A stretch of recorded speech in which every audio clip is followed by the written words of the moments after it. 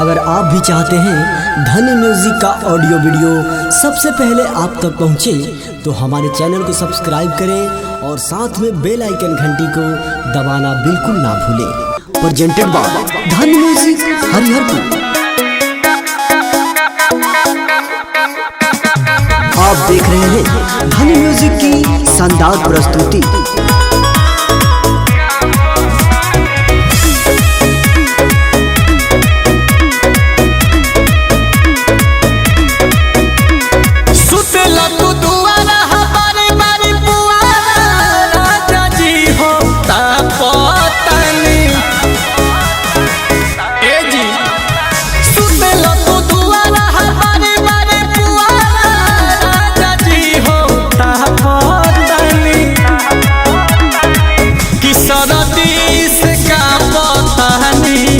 तकिया के चापतानी शरीरतिया फतानी, तकिया के चापतानी कमर के भीतर जरत हीटर मीटर से ना पतानी, असरदी से का पतानी तकिया के चापतानी शरीरतिया फतानी presented by Dhani music Hariharpur. आप देख रहे हैं धनी म्यूजिक की शानदार प्रस्तुति। Music by Arya Sharma.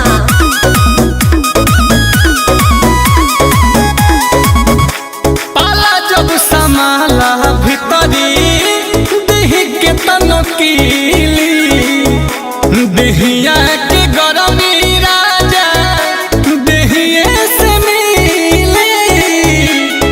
अरे पूछी ना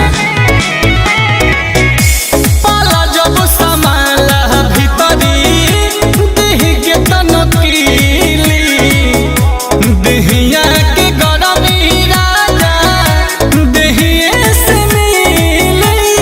जरा नहीं जाई उड़ के राजाई, मुँह के तनो ढापतानी सरदी से कांपतानी, तकिया के चापतानी शरीरतिया फतानी, तकिया के चापतानी। अरे आई ना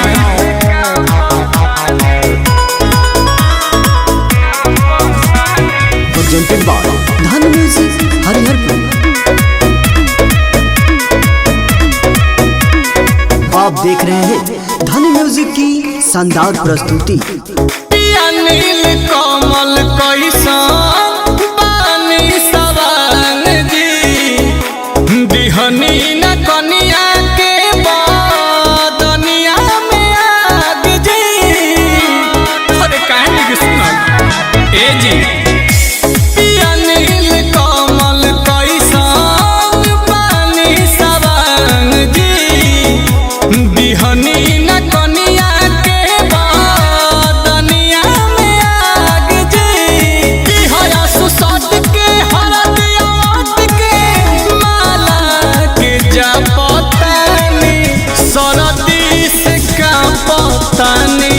तकिया के चापतानी सरदी से कांपतानी, तकिया के चापतानी शरीरतिया फतानी, तकिया के चापतानी।